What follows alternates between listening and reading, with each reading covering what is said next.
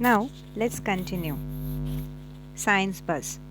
Astronauts communicate in space through radios.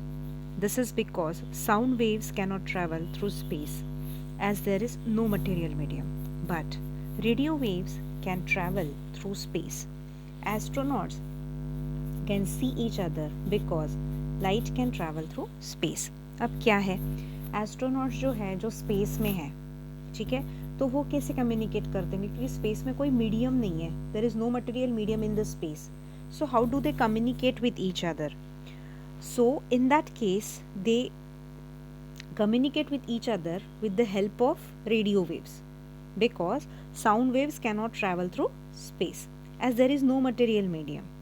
Yes, so what medium they use? They use the medium of radio waves to communicate with each other. Also they can see each other because light can travel through the space. हमारा जो light है it can travel through space. Let's continue with check your progress. Choose the correct option. The characteristic of sound that depends on its frequency is loudness, pitch or none of this. That is pitch. P-I-T-C-H. Then the next one. As the distance between the listener and the source increases, distance between the listener सुनने वाला और जहाँ से आवाज़ आ रही है वो, अगर distance बढ़ गया तो क्या हो जाएगा?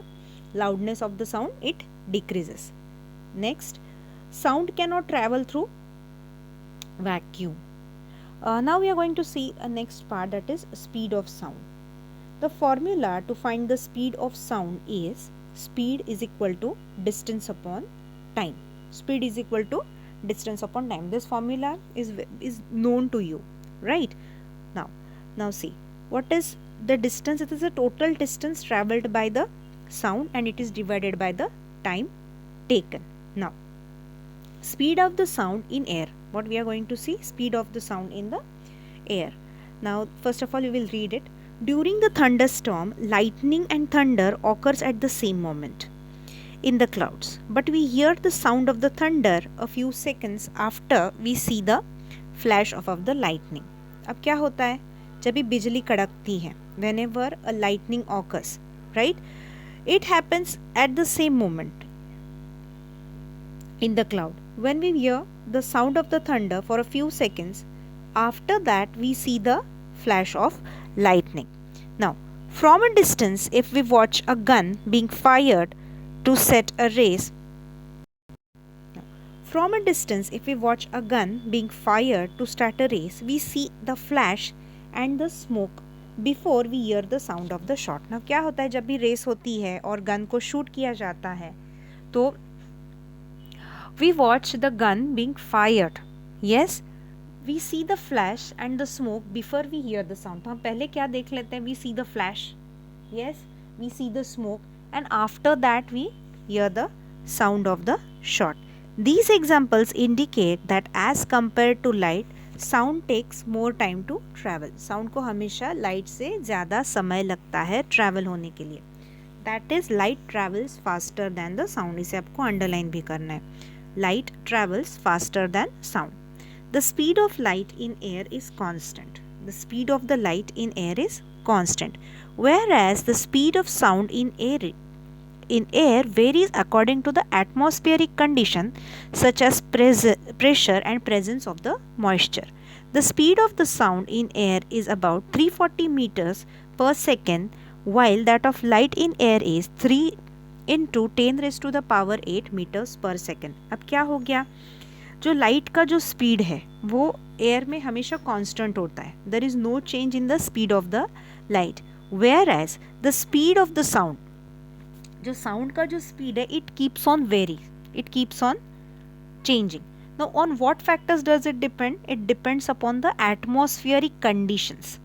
एटमॉस्फेरिक कंडीशन के हिसाब से जो स्पीड है उसका वो कम या ज़्यादा हो सकता है. कौन कौन सी कंडीशंस है? It may be pressure, presence of moisture, जो जैसे जो एटमॉस्फेयर में जैसा होगा वैसा. Now the speed of the sound in air is about 340 meters per second, while that of light is 3 into 10 raised to the power 8. Yes, so light का speed it's 10 times, much more than 10 times that of the air. तो इसे आप mark कर लीजिए. Now we are going to solve a numerical. इसमें हमने कौन सा फॉर्मूला देखा था? Speed is equal to distance upon time. Yes, speed is equal to distance upon time. चलो अभी देखते क्या न्यूमेरिकल दिया हुआ है. A gun was fired 2 kilometres away from an observer. उन्होंने क्या कहा है? Gun was fired how many kilometres? 2 kilometres. और डिस्टेंस कितना दिया उन्होंने? 2 किलोमीटर्स.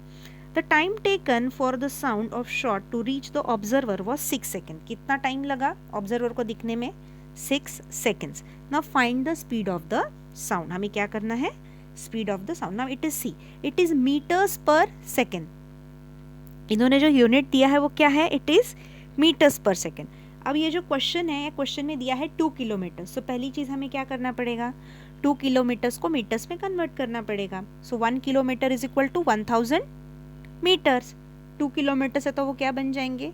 2000 मीटर्स. अब स्पीड का फॉर्मूला क्या है साउंड का? Sound is speed of sound is equal to distance upon time.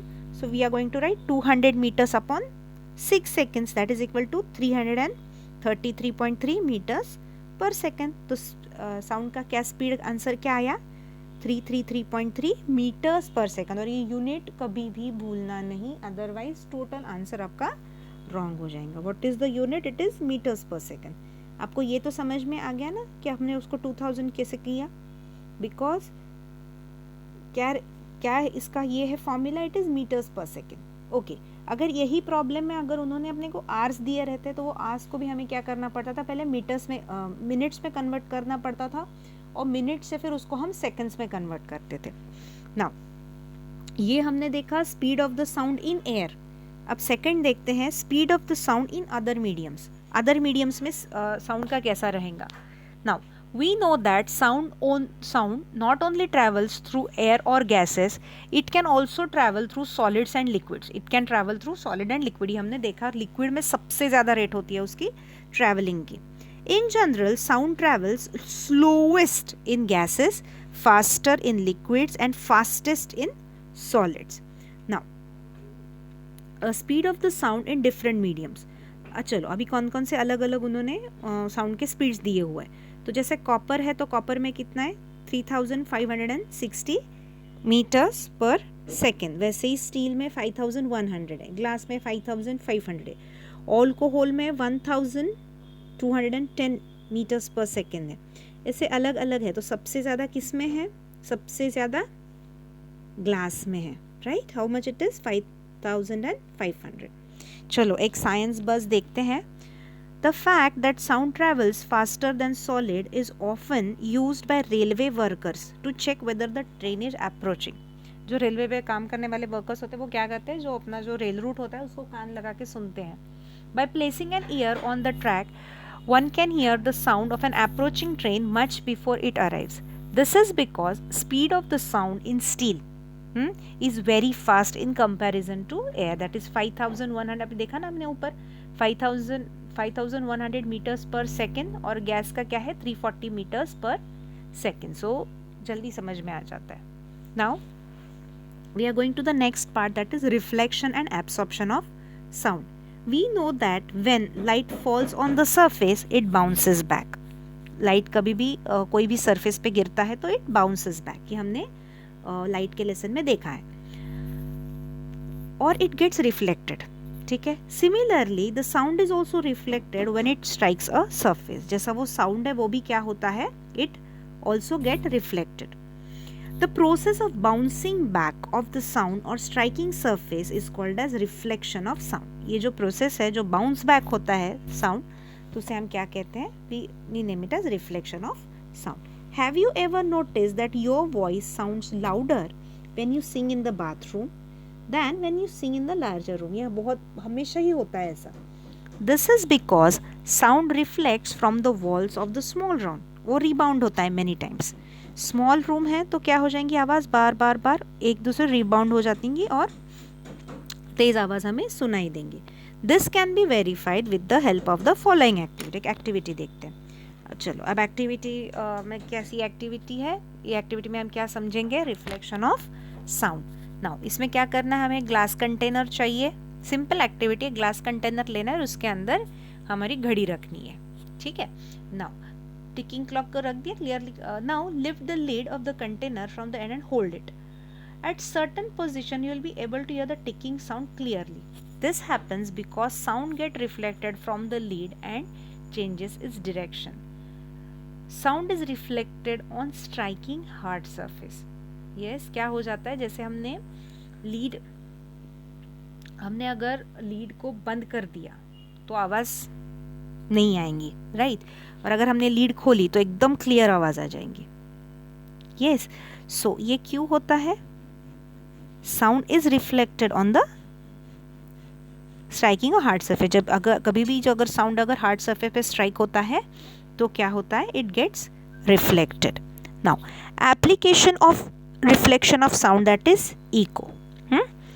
When we are in a large closed room and make a loud sound, we will notice that sound gets repeated several times, gradually getting over till it dies away. It is called an echo. Chalo. Thus, an echo can be defined as a sound that is heard by the observer after it is reflected from the rigid surface.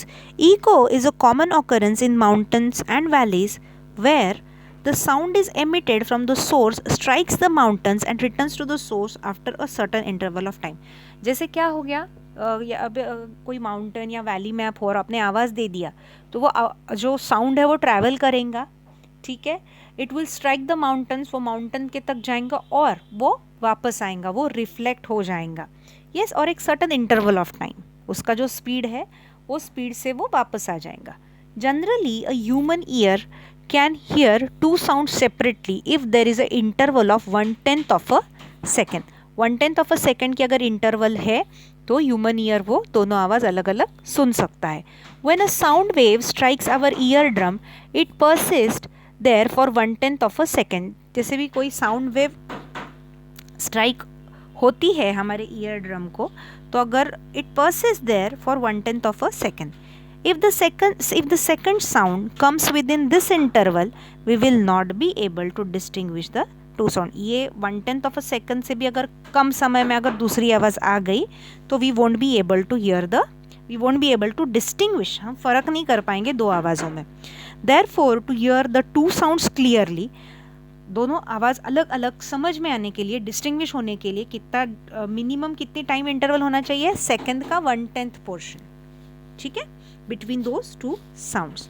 Now, what is the speed of the sound in air? It is 340 meters per second. इसे underline करो, ये बार बार पूछा जाने वाला question है. Speed of the sound in air is 340 meters per second.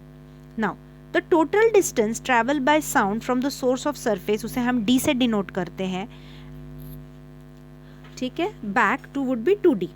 एक distance उसने travel किया सोर्स से सरफेस तक और सरफेस से वापस सोर्स में आने के लिए तो कितना हो गया? वो 2d हो गया. Now speed is equal to distance upon time, right? तो अभी क्या है, इन्होंने कितना दिया हुआ है? स्पीड ऑफ द साउंड कितना दिया हुआ है? 340 metres per second, right? So अभी total distance is equal to speed into time taken. Now 2d is equal to 340 into 1/10, that is 34 metre. तो रिफ्लेक्टिंग सरफेस अगर 17 मीटर्स अवे है तो we would be able to hear a clear echo 17 metres का. Otherwise ये जो दोनों sounds है वो क्या हो जाएंगे? They would overlap. Using the same formula we can determine the speed of the sound in air. Suppose d is the distance between the observer and the reflecting surface and 2d is the total distance of the sound. Then speed is equal to 2d upon t. ठीक है, अभी क्या कौन कौन से condition में eco occur हो सकती है? The size of the reflector should be large. For example a large building or a mountain reflect sound to produce echo. पहली कंडीशन क्या है? The size of the reflector should be large. छोटा अगर reflector है तो नहीं होगा.